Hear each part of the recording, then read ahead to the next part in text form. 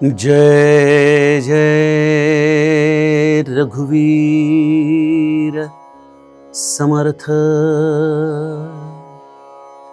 महाभक्त प्रल्हाद हा दैत्यकुळी, जपा राम नामावळी नित्यकाळी। पिता पापरूपी तया देखवेना, जनी दैत्य तो नाम मुखे म्हणेना। जय जय रघुवीर समर्थ। श्रोता वक्ता श्रीराम समर्थ। जय जय रघुवीर समर्थ। श्रीराम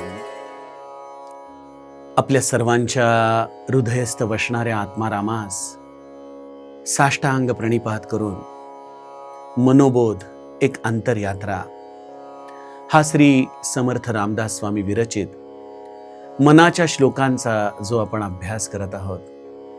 सज्जनहो, आज आपण त्यातील श्लोक क्रमांक 96 याचं चिंतन पाहणार आहोत। समर्थांनी गेल्या श्लोकामध्ये या नामाची सहिष्णुता आपल्याला समजावून सांगत असताना पापी अजामेळ आणि गणिका या दोघांच्या चरित्राच्या आधाराने नामाने अजाणतेपणाने देखील त्याचं स्मरण केलं असता कशा पद्धतीने या दोन्ही व्यभिचारी जीवांना उद्धरून नेलं। मग अशा या जीवांना देखील जर अजाणतेपणाने नाम उद्धरून नेत असेल तर त्यांच्यापेक्षा कितीतरी पटीने कमी पापी असलेले आणि थोडंफार नाम समजून उमजून करणारी लोक आम्ही का बरं उद्धरून जाणार नाही? जणू काही हाच प्रश्न समर्थ आमच्या समोर उभा करत आहेत। यातून एकच गोष्ट आम्हाला आमच्या जीवनात स्वीकारायची आहे की मी आहे तसा आहे। कदाचित काही पातकं माझ्याकडून घडली असतील, पण याचा अर्थ त्याचा केवळ पश्चाताप करत राहणं हे होत नाही। आपण नामासाठी योग्य आहोत की नाही असा मनामध्ये संभ्रम निर्माण करण्याची गरज नाही। तुम्ही केवळ नामाचा आश्रय घ्या। नाम तुम्हाला भगवंताच्या सन्मुख करण्यासाठी जे जे काही करावं लागेल ते सर्व दृष्टीने हे नाम तुमच्या जीवनामध्ये ते परिवर्तन घडवून आणेल। मी बऱ्याचदा गमतीने म्हणतो की एखाद्या बाईचं जर मुलगं काळं असेल, नक्ट असेल, कदाचित जगाच्या दृष्टीने विद्रूप असेल, पण अशा लेकराला देखील आई जेव्हा काजळ लावते, टीट लावते, छान पावडर लावते, चांगले कपडे घालते, तेव्हा ती देखील म्हणते वा वा किती सुंदर दिसते बरं। सज्जनो, त्याप्रमाणे आम्ही प्रत्येक जीव या नामरूपी माऊलीच्या हाती आहोत आणि ती नामरूपी माऊली आम्हाला भगवंताच्या कडे नेण्यासाठी अशा रीतीने नेहमीच पवित्र करत असते। केवळ गरज आहे नामाचा आश्रय घेण्याची, नित्य आश्रय घेण्याची। अशा या नामाच्या आधाराने प्रल्हादाच्या जीवनामध्ये काय क्रांती घडली हे समर्थ आम्हाला आजच्या चरित्रामध्ये सांगत आहेत। आपण सगळेजण लहानपणापासून भक्त प्रल्हादाची कथा ऐकत आलेलो आहोत। श्री ब्रह्मचैतन्य महाराज आपल्या आजोबांकडून, लिंगोजी पंतांकडून दररोज रात्री झोपताना ही प्रल्हादाची गोष्ट त्यांना सांगायला लावायचे। आजोबा म्हणायचे, अरे बाळा, तुला मी किती दररोज सांगतो तरी कंटाळा येत नाही का रे? महाराज म्हणाले, नाही, मला अतिशय ही प्रल्हादाची कथा आवडते आणि त्यामुळं आपल्या आजोबांकडून दररोज रात्री ही प्रल्हादाची कथा श्री महाराज ऐकायचे। मला देखील या प्रल्हादाच्या कथेमध्ये प्रत्येक वेळेला चिंतन करायला लागलो की काही काही नवीन नवीन अंग त्यामध्ये स्फुरू लागतात, दिसू लागतात। किती अलौकिक कथा आहे की नाही? हिरण्यकश्यपू आणि हिरण्याक्ष हे दोन राक्षस, हे कोण होते राक्षस? खरं तर भगवंताच्या दरबारामध्ये असलेले जय विजय त्यांना केवळ सनकादिक मुनींना अडवण्याचं त्यांच्याकडून एकदा अवज्ञा घडली आणि या सनकादिक मुनींनी त्यांना दिलेल्या शापामुळं हे जय विजय या मृत्यू लोकामध्ये हिरण्याक्ष आणि हिरण्यकश्यपू या दोन अतिबलवान राक्षसांच्या रूपाने जन्माला आले. प्रचंड त्यांच्याकडे सामर्थ्य होतं, प्रचंड. आणि त्यामुळे हिरण्याक्षनी या शापामुळं आपल्या स्वामींच्या विरुद्ध भूमिका या जन्मामध्ये घेतली. राक्षस झाल्यामुळं तो या विष्णूचा द्वेष करू लागला. आणि मग या हिरण्याक्षनी या पृथ्वीला रसातळामध्ये बुडवण्याच्यासाठी प्रयत्न करायला सुरुवात केली. आणि भगवंत जो पालन करता आहे या सृष्टीचा, त्याने त्यावेळेला वराह रूपामध्ये त्या पृथ्वीला पुन्हा एकदा या क्षीरसागरामधून वरती आणलं आणि हिरण्याक्षाचा त्यांनी वध केला. हिरण्याक्षाचा वध झाल्यामुळे हिरण्यकश्यपू अत्यंत संतापला. तो देखील विष्णूचा अत्यंत मोठा द्रोही झाला, शत्रू झाला. आणि निरंतर विचार करू लागला की त्या विष्णूला मी कसा धडा शिकवू शकेन. महाभागवतामध्ये फार सुंदर कथा येते की जेव्हा हिरण्यकश्यपू भगवंताला शोधत शोधत क्षीरसागरी गेला, वैकुंठी गेला, त्यावेळेला देवर्षी नारदांनी आधीच येऊन भगवंताला सांगितलं होतं की प्रभो, तो हिरण्यकश्यपू खूप संतापलाय, आपलं त्याचं युद्ध होण्याची शक्यता आहे, सावधान. पण विष्णू भगवान शांतपणे पहुडले होते. आणि जेव्हा हिरण्यकश्यपू जवळ आला तेव्हा देवर्षी नारदाने पुन्हा भगवंताकडे पाहिलं तर भगवंताचं आसन रिकामं. भगवंताची नेमकी आता त्याने कुठं आसरा घेतलाय हे देवर्षींना देखील कळेना. हिरण्यकश्यपू देखील संतापला आणि म्हणाला, अरे तू कुठेही लपून बस, तू जरी आज कितीही कपट केलंस तरी मी आज तुला सोडणार नाही. आणि सगळं ब्रह्मांड हिरण्यकश्यपूने या भगवंताला शोधण्यामध्ये घालवलं. भगवंताचा कुठेही शोध लागला नाही. शेवटी दमून तो कुठेतरी बसलेला असताना देवर्षी नारदांनी पुन्हा बघितलं तर स्वारी पुन्हा आपल्या आसनशय्येवरतीच आहे. शेषशाही ही मुद्रा, ते स्मित हास्य, सगळं काही तसंच आहे. देवर्षीने विचारलं, प्रभो आपण कुठे लपला होता? तर यावरती विष्णू म्हणाले, अरे मी त्याच्या हृदयामध्ये जाऊन बसलो. मला माहिती होतं की तो जगामध्ये सगळीकडे मला शोधेल, पण कधीही तो स्वतःच्या हृदयामध्ये उतरून मला शोधण्याचा प्रयत्न करणार नाही. सज्जनो, हीच दैत्य या शब्दाची व्याख्या आहे की जो कधीच त्या भगवंताला आपल्या हृदयामध्ये शोधत नाही, तो कधीच त्याचं स्मरण करत नाही, तो कधीच अंतर्मुख होत नाही, जो इंद्रियाधीन आहे, जो या चर्मचक्षूंच्या आधाराने भगवंताचं अस्तित्व शोधायचा प्रयत्न करतो. त्यामुळं समर्थांनी फार खुबीने शब्द वापरलेला आहे, जगी दैत्य तो राममुखी म्हणेना. आजच्या काळामध्ये जी लोक रामनामाला विरोध करतात किंवा रामनामाला घेण्याचा कंटाळा करतात, सज्जनो, एक गोष्ट मनामध्ये कुठेतरी आपण स्मरण करावी, त्यांना सांगू नये बरं, पण निश्चित ओळखावी की यांचं कुळ हे हिरण्यकश्यपूच आहे. कारण जगी दैत्य तो राममुखी म्हणेना. त्याच्या मुखामध्ये नाम येत नाही. कितीही वेळेला सांगितलं राम म्हण, राम म्हण, तरी तो म्हणणार नाही, कारण तो हिरण्यकश्यपूच्या कुळातला आहे. असो, अशा या हिरण्यकश्यपूच्या स्मरणाचं एक फळ त्याला प्राप्त झालं. आपण म्हणाला आहोत, दादा हिरण्यकश्यपूचं कुठलं स्मरण? सज्जनो, या दैत्यांनी देखील निरंतर भगवंताचं स्मरणच केलंय बरं. कुठे आहे तो विष्णू, कुठे आहे तो विष्णू, कुठे आहे तो विष्णू? या द्रोहाने, म्हणून तर रामपाठामध्ये श्री ब्रह्मचैतन्य महाराज म्हणतात की विरोध भक्तीने रावण वैकुंठपदी गेला. ही विरोध भक्ती आहे, हे नेणिवेचं स्मरण आहे. पण या हिरण्यकश्यपूला कदाचित या अशा असलेल्या भगवत स्मरणाचंच फळ मिळालं की त्याच्या पत्नीच्या गर्भामध्ये महाभक्त प्रल्हादाचं आगमन झालं. भगवंताचा परमभक्त असलेला हा प्रल्हाद, हिरण्यकश्यपूला पुत्र प्राप्ती झाली प्रल्हादाच्या रूपाने. प्रल्हादाचं खूप कोडकौतुक हिरण्यकश्यपूने केलं. थोडा मोठा झाला आणि मग त्याने त्याला गुरुकुलामध्ये पाठवलं. गुरुकुलामध्ये जाताना त्याने सगळ्या गुरुकुलातल्या शिक्षकांना सांगितलं की हा दैत्याचा पुत्र आहे, याला शस्त्रविद्या शिकवा, याला राजकारण शिकवा, याला अर्थकारण शिकवा, याला तंत्रविद्या शिकवा. वेगवेगळ्या प्रकारच्या विद्यांनी, मायावी विद्यांनी ह्याला तुम्ही सुशोभित करा. सगळे शिक्षक, राजाचा मुलगा म्हटल्यानंतर किती पद्धतीने त्याच्यावरती शिक्षणाचा भडीमार करत असतील, पण आमचा प्रल्हाद मात्र या कुठल्याच विषयामध्ये रमायला तयार नाही. थोडीशी शिक्षकांची पाठ फिरली की हा डोळे मिटून नारायण नारायण नारायण निरंतर राम नामाचं त्याला स्मरण लागलेलं. हा प्रल्हाद अशा रीतीने निरंतर भगवत भक्तीमध्ये रममाण झालाय. शिक्षकांना मोठा प्रश्नच पडला की काय करायचं, आणि याच्या नादाने इतर राक्षसांची मुलं देखील भगवंताचं नाम घेऊ लागली. शेवटी त्यांनी जाऊन हिरण्यकश्यपूच्याकडे आपली कैफियत मांडली की प्रभो, आपले चिरंजीव आम्ही सांगतोय त्याच्याकडे लक्षच देत नाहीत. ते सतत भगवंताच्या नामाचा उच्चारण करत बसतात. काय, माझा प्रल्हाद भगवंताचं नाम घेतो? बोलवा त्याला. हिरण्यकश्यपू संतापला.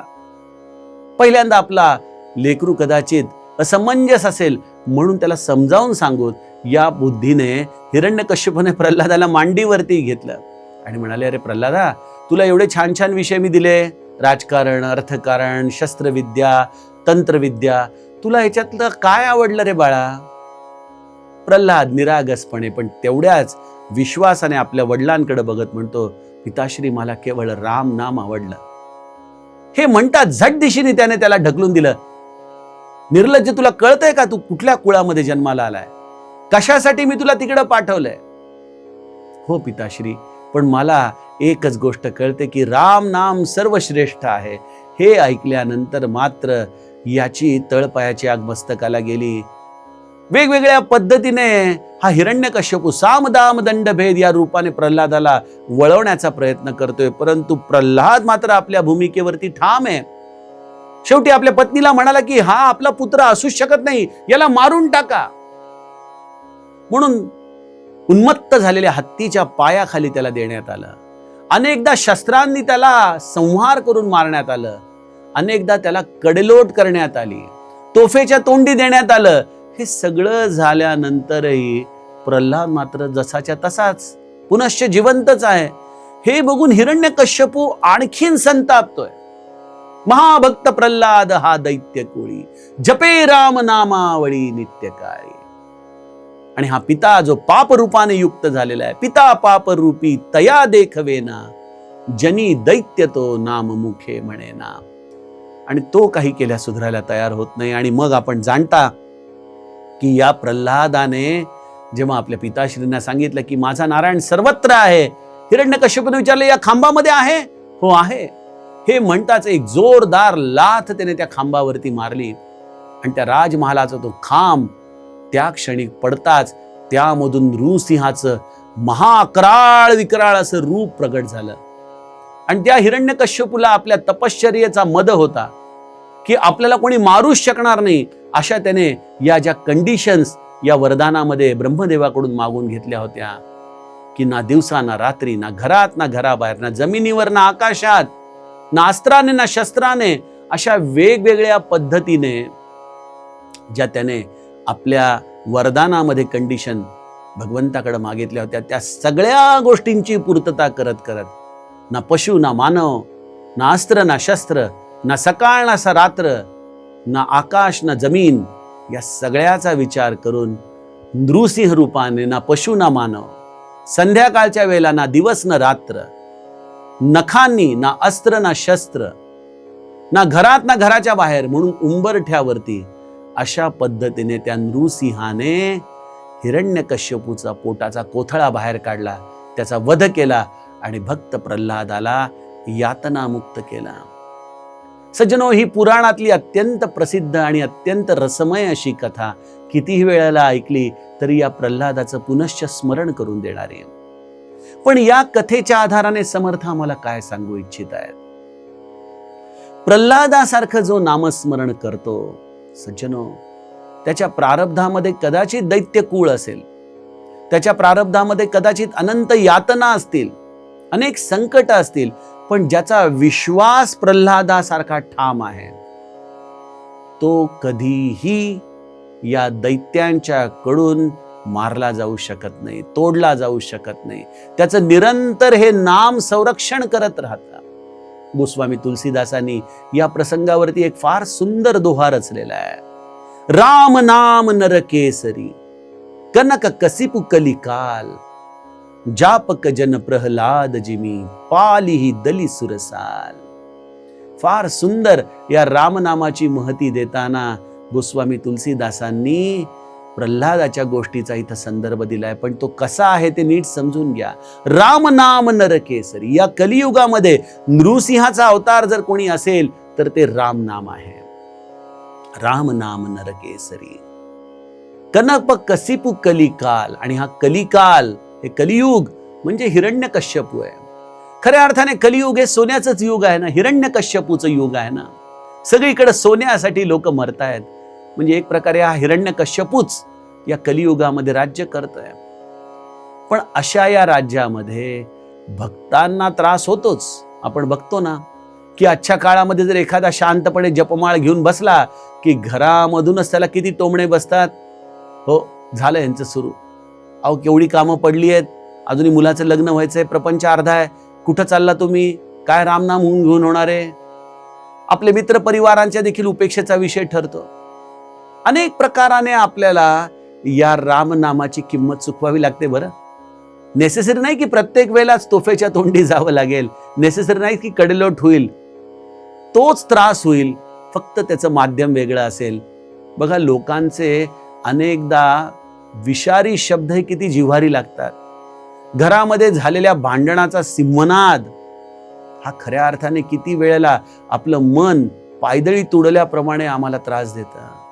अनेकदा लोकांचे जिव्हारी लागणारे शब्द हे अणुकुचीदार शस्त्राप्रमाणे नसतात का हो? आणि मग आमच्यापैकी बहुतांश लोक अशा वेळेला जपमाळ बाजूला ठेवून देतात, जाऊ दे बाबा, नको म्हणतात. पण त्यामुळं गोस्वामीजी म्हणतात, जापक जन प्रल्हाद जिमी. या कलियुगामध्ये, या हिरण्यकश्यपू रूपी कलियुगामध्ये जो या रामनामाचा जप जापक जन प्रल्हाद जिमी, ज्याने प्रल्हादाप्रमाणे या रामनामाचा आश्रय घेतला, त्याला मात्र हे रामनाम पालिही दली सुरसाल. तो भगवंत त्याला या युगामध्ये देखील रामनामाच्या आधाराने सांभाळतो.